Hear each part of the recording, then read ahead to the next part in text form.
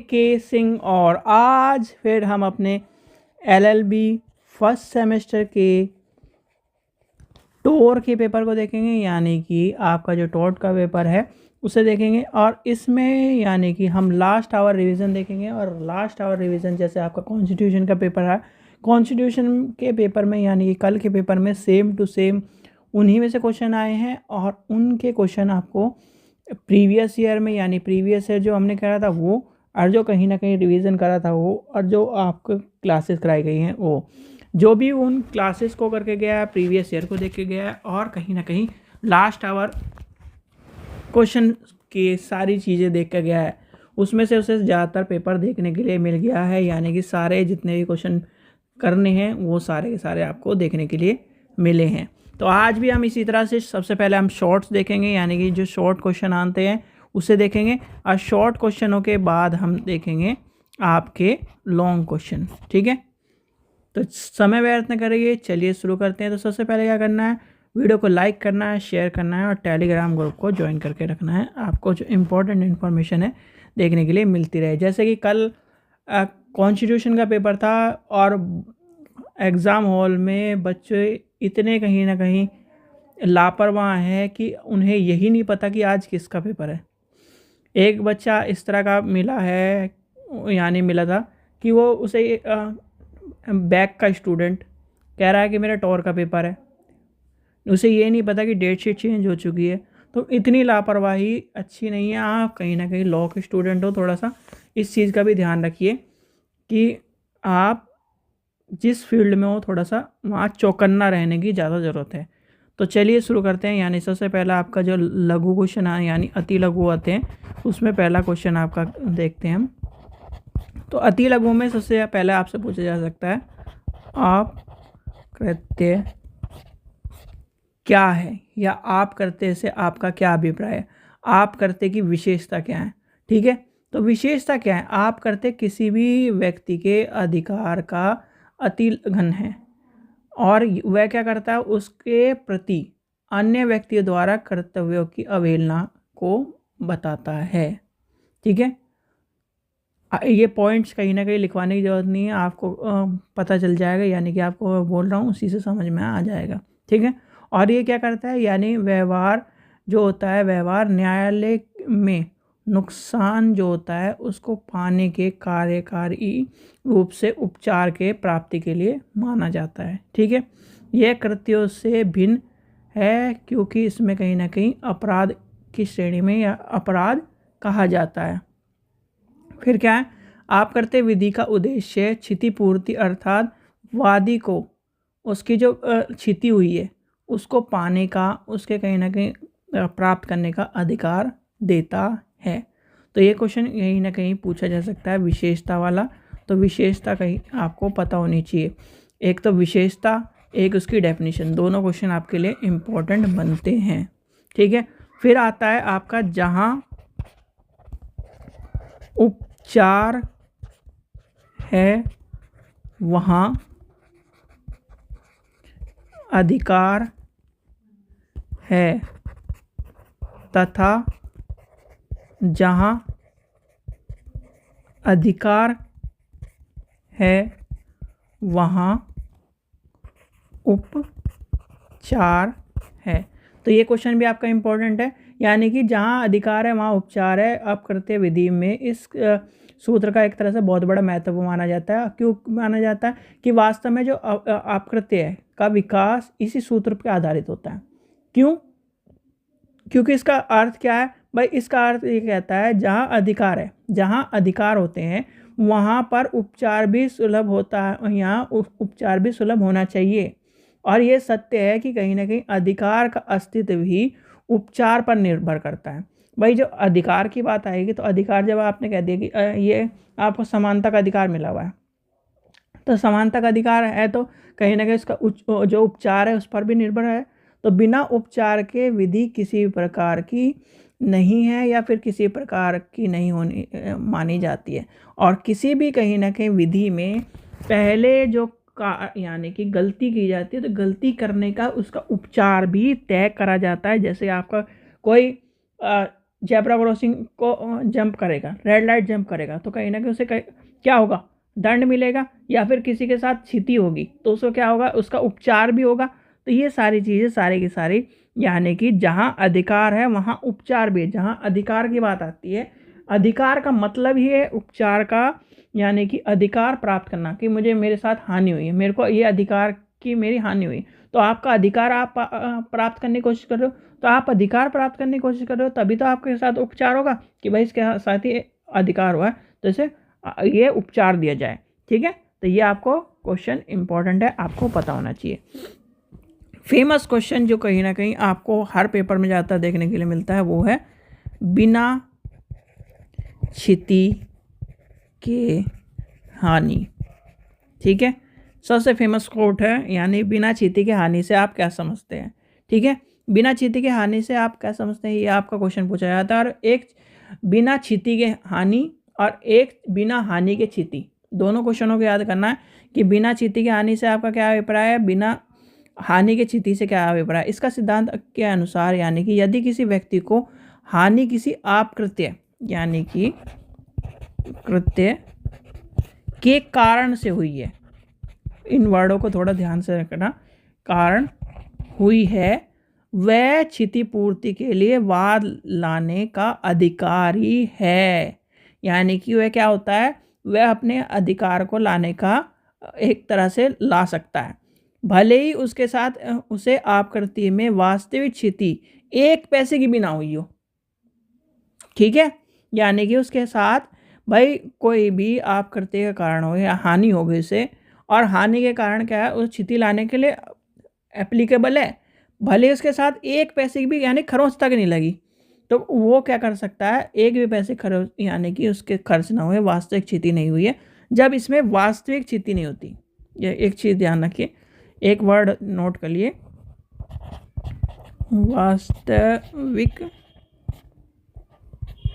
क्षति 1 पैसे की भी नहीं होती, भी नहीं हुई है, तो इस प्रकार के आप करते हैं स्वयं अभियोजन।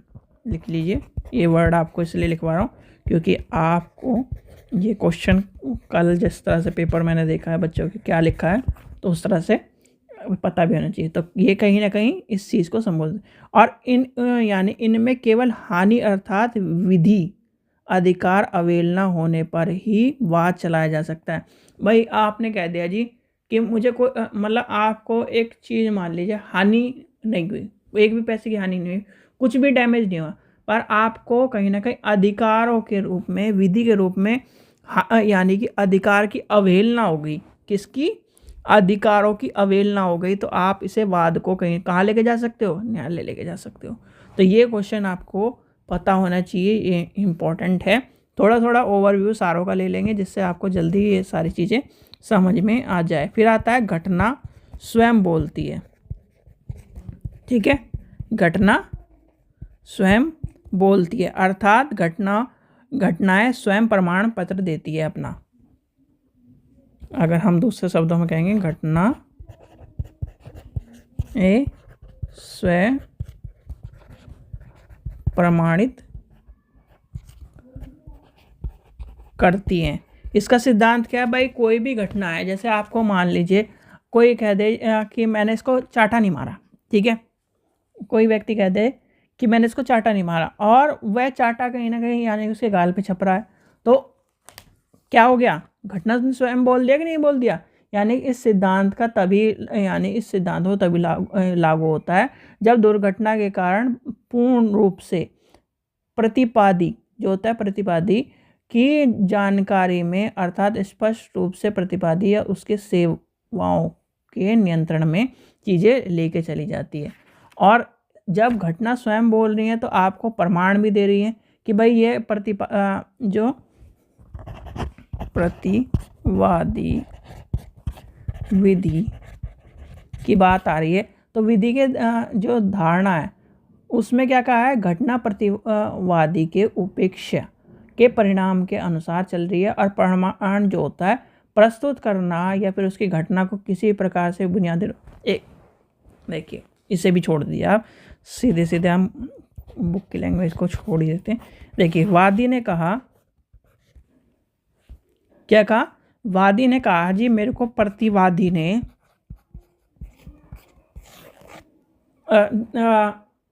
धक्का दिया या मारा। ठीक है, प्रतिवादी कहता है कि ऐसा नहीं है, ये अपने आप गिरा है। ठीक है, या फिर एक तरह से मान लीजिए कि मेरी गाड़ी ठोक दी। ठीक है, कि मेरी इसने आग यानी कि गाड़ी जानबूझ के ठोकी है, और घटना यानी कि घटना स्थल या फिर इस तरह से जो सीसीटीवी है या फिर उसके जो टर्म्स हैं, स्वयं ठुकने की जगह वह क्या कर रही है, यानी कि वो व्यक्ति जो प्रतिवादी है वो ठोकने की जगह स्वयं ठुकने के प्रमाण मिल रहे हैं। तो ये क्या कह रहा है, घटना स्वयं प्रमाण दे रही है। तो ये बात जो आती है इस तरह से चलती है, यानी प्रकृति के सामान्य क्रम में घटना होने वाली घटनाओं पर यह सिद्धांत लागू नहीं होता। एक चीज़ का और ध्यान रखना कि ये जो है यानी कि प्रकृति के सामान्य क्रम में जो घटित होने वाली जो घटनाएं होती हैं उस पर यह लागू नहीं होता। ठीक है, यानी कि प्रतिवादी वाद जो विधि की धारणा की घटना प्रतिवादी की उपेक्षा का परिमाण होता है, उसके विरुद्ध प्रमाण प्रस्तुत कर सकता है, और यह घटना किसी भी प्रकार की युक्त की सावधानी के बावजूद घटित हो सकती हैं। ठीक है, तो ये क्वेश्चन आपसे पूछा जाता है, घटना स्वयं बोलती है। ठीक है, फिर आता है नेक्स्ट क्वेश्चन, आपका कितने नंबर था? 4 नंबर था। 4 के बाद एक और लिख लीजिए, आपका पूछा जा सकता है जो इसके दायित्व या यानी कि अकृत्य के दायित्व से उन्मुक्त के विभिन्न उपयोग को समझाइए। ठीक है, तो इसकी क्या है, ये बात आती है, सबसे पहले आती है यानी कि एक पक्षकारों की मृत्यु होने पर। ठीक है, मुख्य यानी कि उत्तरदायित्व से मुक्त पाई जा सकती है।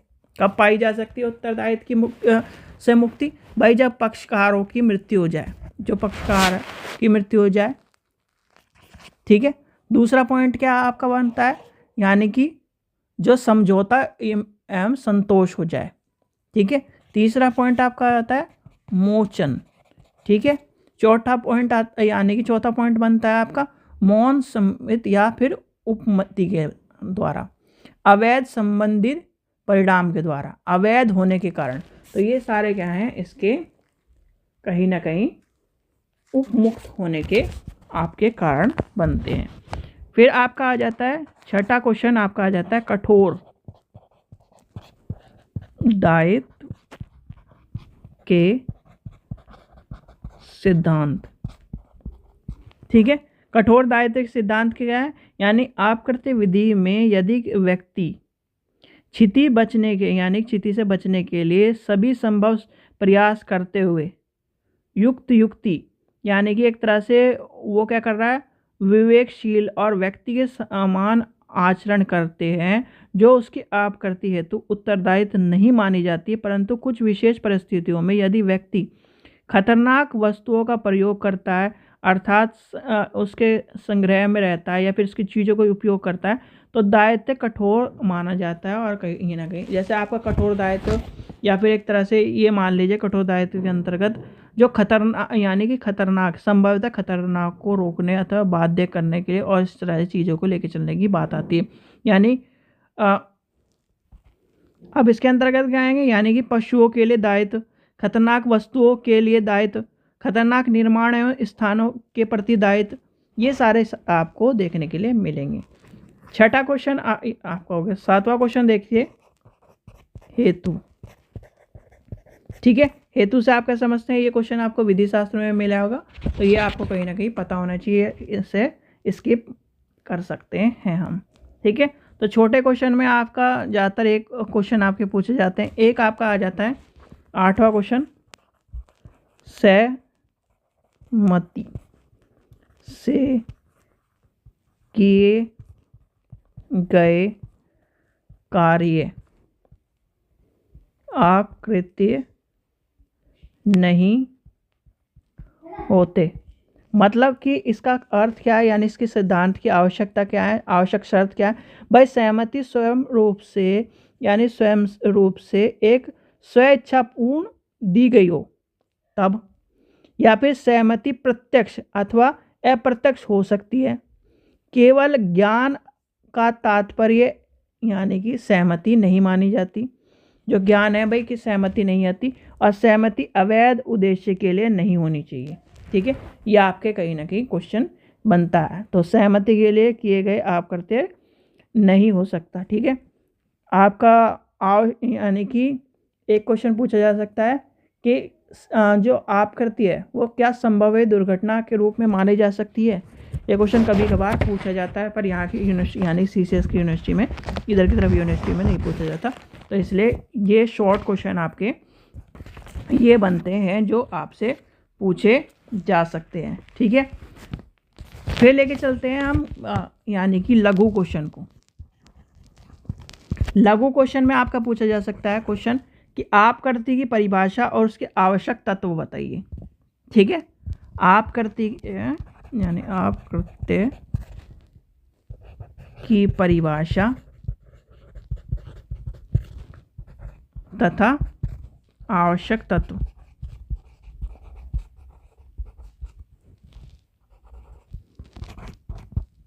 तत्वों को समझाइए।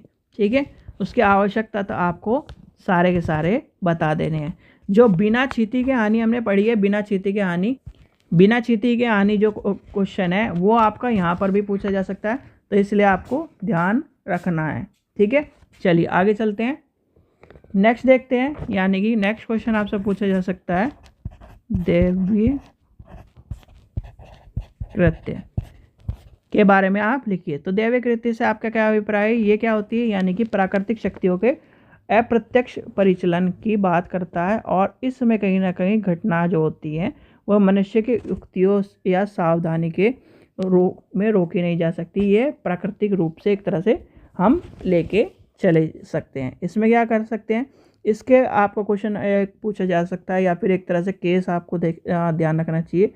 वो आपका बनता है यानी कि घटना प्राकृतिक शक्ति के कारण घटित होती है। जैसे कि आपका कहीं ना कहीं कोई घटना है प्राकृतिक रूप से घटित हो गई, तो वो कहीं ना कहीं इसके अंतर्गत आपको देखने के लिए मिलेगी। नेक्स्ट क्वेश्चन आपका बनता है अपमान या मान हानि। ठीक है, अपमान या मान हानि का जो केस है, यानी कि चरित्र जो होता है एक व्यक्ति का मूल्यवान और मूल्य को दर्शाने वाला नज़रिया रखा जाता है। भाई आप लॉयर हो, ठीक है, आपका जो नज़रिया समाज में क्या है, भाई आप एक सम्मानित व्यक्ति के रूप में देखे जा रहा है, तो कहीं ना कहीं आपका एक सम्मान हो गया, और उसी सम्मान को उसी मान को आपका कहीं ना कहीं कोई व्यक्ति हानि पहुंचाए, तो वो एक तरह से मान हानि की श्रेणी में आ जाता है। और मान हानि क्या होता है, प्रतिवादी के लिए एक ऐसा लिखित भी हो सकता है, मौखिक भी होता है, प्रकाशित कथन है जिसके वादी समाज में सही सोच जो होती है ने वाली जो व्यक्ति होते हैं, जो उसके प्रति सही सोच रखते हैं, उसके लिए कहीं ना कहीं अवहेलना करें, उसके लिए कहीं ना कहीं दुरुपयोग करें। जैसे कोई व्यक्ति है, तो जैसे कोई आप मान लीजिए, जैसे कि अब हम ही हैं, यानी कि हम लोअर श्रेणी में, अगर आपके कोई अवहेलना करता है, आपकी कोई मानहानि करता है, तो आपका क्या हो गया, कहीं ना कहीं आपके अपमान की बात होगी, आपके जो विचार है उसकी बात होगी, आपका जो व्यक्तिगत जो समाज है, जो समाज में स्थान है, वो क्या कर रहा है, उसकी अवहेलना कर रहा है। तो इसके ये सब चीज़ें पता होनी चाहिए। और इसके आवश्यक तत्व कौन से हैं, तत्व है यानी कि शब्द या कथन का होना, अपमानजनक कथन के द्वारा वाद प्रस्तुत करना, अपमानजनक कथन का प्रकाशित होना। भाई एक तरफ मौखिक रूप में बोल दिया, एक कथन प्रकाशित कर दिया, और जो कहीं ना कहीं चीज़ों को लेके चलता है। नेक्स्ट क्वेश्चन आपका पूछा जा सकता है चौथे नंबर में, स्व इच्छा पूर्वक उठाई गई हानि विधिक क्षति नहीं है। यानी कि अपकृत्य विधि में विधिक क्षति के लिए क्षतिपूर्ति जो दिलाई जाती है, यानी क्षतिपूर्ति दिलाई जाती है विधिक क्षति के अभिप्राय में विधिक अधिकार के हनन से। यदि कोई व्यक्ति स्वेच्छा से क्षतिपूर्ति होने के जोखिम को उठाता है तो यह माना जाता है कि उसे पहुंची गई क्षति के लिए उसने सहमति दे दी है। भाई आपके चोट लग जाए, खरोंच आ जाए, तो भाई कहने लगा सॉरी सर, या फिर कोई सॉरी, तो आपने कह दिया चल भाई छोड़, हो जाता है, गलती हो गई, तो आपने क्या करा, उसे माफ़ कर दिया। तो ये कहीं ना कहीं जो क्षति हो गई, यानी स्व इच्छापूर्ण उठाई गई हानि विधिक क्षति के रूप में नहीं मानी जाएगी। तो ये कहानी आपको पता होनी चाहिए। और ये इसका कोट एक सिद्धांत ये भी माना जाता है, लिख लीजिए, मैं आपको लिखवा देता हूँ, ये कोट आपको लिख लेना है जब भी ये क्वेश्चन आए। यानी कि जहाँ कोई व्यक्ति स्व अपकृत्य के लिए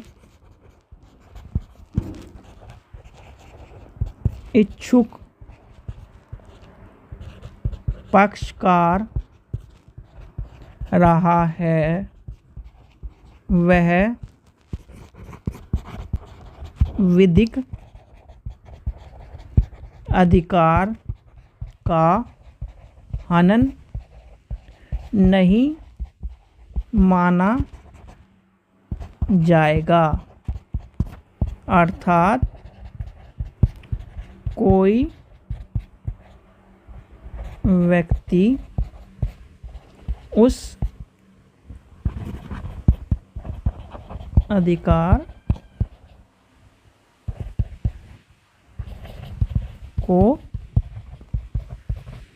लागू नहीं कर सकता है जिसका उसने स्वेच्छा से परित्याग कर दिया हो। ठीक है, तो ये आपको ये पॉइंट, अगर आप ये भी लिख देते हो तो पूरा क्वेश्चन आपका सॉल्व माना जाएगा। पर ये 10 नंबर का क्वेश्चन है तो ज़्यादा चीज़ें आपको लिखनी पड़ेगी। ठीक है, चलिए इसके कहीं ना कहीं यानी कि लॉन्ग क्वेश्चन में आपके एक ये और लिख लीजिए, मिथ्य बंधीकरण। ठीक है, से आप क्या समझते हैं, ये क्वेश्चन आपसे पूछा जा सकता है, तो इसे कहीं ना कहीं याद करके जाना है। भाई किसी व्यक्ति को स्वतंत्र यानी स्वतंत्रता पर बिना किसी औचित्यपूर्ण अवरोध लगाया जाना जो होता है मिथ्या कार्रवाई कहलाती है। ठीक है, ये आपको इतना बता दिया है। और इसके बारे में जो सारी डिटेल्स हैं, यानी कि और धारा कौन सी है, यानी कि इसके अंतर्गत जो कहीं ना कहीं भारतीय दंड संहिता की धारा 340 के अंतर्गत एक अपराधी जो होता है, यानी कि अपराध भी है जिसके कारण या फिर जिसके लिए फौजदारी न्यायालय में कार्रवाई करके अपराधी को दंडित कार्रवाई करी जा सकती है। किसके लिए, मिथ्या बंदीकरण के लिए। और इसके आवश्यक तत्व क्या है, वादी की स्वतंत्रता पूर्ण यानी कि स्वतंत्रता और पूर्ण अपराध लगाया था, या अपराध के लिए बिना किसी कानून के रूप में उसे गिरफ्तार किया, इस तरह के कानून के रूप में कहा जाता है। चलिए आगे चलते हैं, नेक्स्ट देखते हैं। नेक्स्ट आपके आते हैं लॉन्ग टाइप के क्वेश्चन। नेक्स्ट आपके आते हैं व्याख्यात्मक प्रश्न। ठीक है, व्याख्यात्मक प्रश्न में सबसे पहला तो क्वेश्चन आपको वही पता है होना चाहिए कि जो कहीं ना कहीं पूछा जा सकता है, अपकृत्य की परिभाषा और उसके आवश्यक तत्वों के बारे में क्वेश्चन आपसे पूछा जा सकता है। फिर आपका क्वेश्चन जो नेक्स्ट आपका बनता है, जो अभी हमने करा है, यानी कि जहाँ उपचार है वहाँ अधिकार है तथा जहाँ अधिकार है वहाँ उपचार है, इस तरह क्वेश्चन आपसे पूछा जा सकता है। ठीक है, तो जहाँ उपचार है वहाँ अधिकार है, तथा जहाँ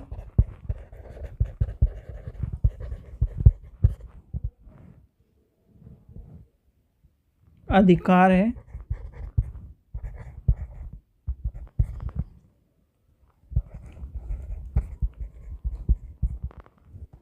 ठीक है।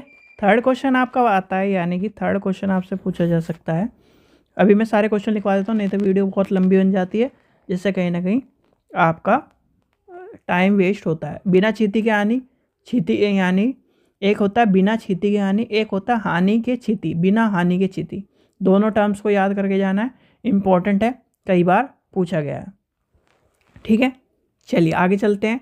दैव्यकृति ये आपको करवा चुका है, यही आपका लॉन्ग में पूछा जाता है, तो आपको पता होना चाहिए। कुछ टर्म्स हैं, यानी कि टर्म्स को याद कर लीजिए, जिससे आपका आ जाता है आशय, ठीक है, इंटेंशन। फिर आपका पूछा जा सकता है नंबर 1, नंबर 2 आपको पूछा जा सकता है राज्य के कृत्य, ये पूछा जा सकता है। या फिर आपसे पूछा जा सकता है दुष्करण, अपकरण तथा, ठीक है। नेक्स्ट आपसे पूछा जा सकता है संयुक्त क्षति कृत्य।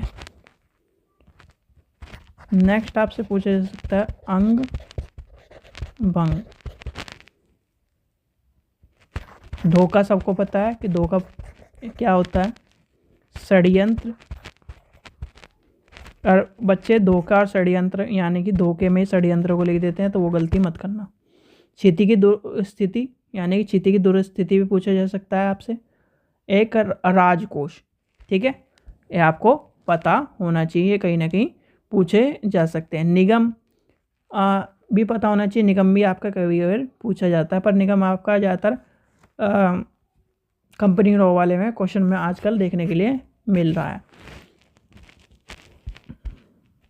4, 5वां याद कर लीजिए उपभोक्ता।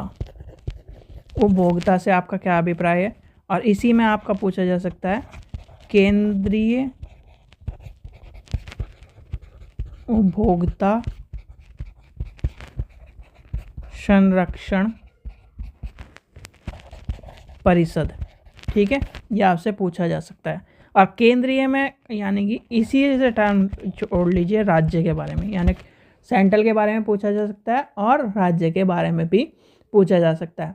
केंद्रीय संरक्षण यानी कि उपभोक्ता संरक्षण अधिनियम के अंतर्गत अपील का जो प्रावधान है वो किस तरह से करा जाता है, ये क्वेश्चन आपका पूछा जाता है, तो आपको ये भी पता होना चाहिए। या उपभोक्तावाद से आप क्या समझते हैं, तो आपको उपभोक्तावाद भी पता होना चाहिए, ठीक है। तो ये कुछ क्वेश्चन थे जो कहीं ना कहीं आपके इंपॉर्टेंट क्वेश्चनों में से ये क्वेश्चन हो गए।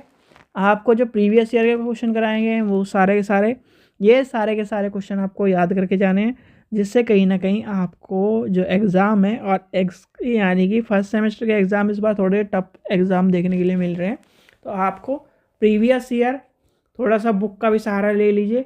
और जो जितने क्वेश्चन बैंक आप पढ़ के जाते हो, यानी खाली क्वेश्चन बैंक के 20 क्वेश्चन पढ़ के जाते हो ना, तो उसकी जगह थोड़ा सा जो एक्स्ट्रा है, जो आपको क्वेश्चन कराए हैं वो, ये क्वेश्चन है वो, प्रीवियस ईयर है ये सारी चीज़ें आपको ज़रूर देख के जानी है। और कहीं ना कहीं जिस भी सब्जेक्ट के आप टाइटल का पेपर का ज़रूर क्वेश्चन पढ़ के जाइए, जिससे आपको क्वेश्चन वो देखने के लिए मिले, तो आप पूरा का पूरा कर दो, क्योंकि टाइटल का क्वेश्चन ज़रूर मिलता है। टाइटल के क्वेश्चन के बिना एक तरह से पेपर अधूरा माना जाता है, तो इसलिए आपको एक क्वेश्चन याद करके जाना है, ठीक है बच्चों। आशा करता हूँ आपको वीडियो पसंद आई तो लाइक करें, चैनल को सब्सक्राइब करें, वीडियो को ज़्यादा से शेयर करें। Thank you.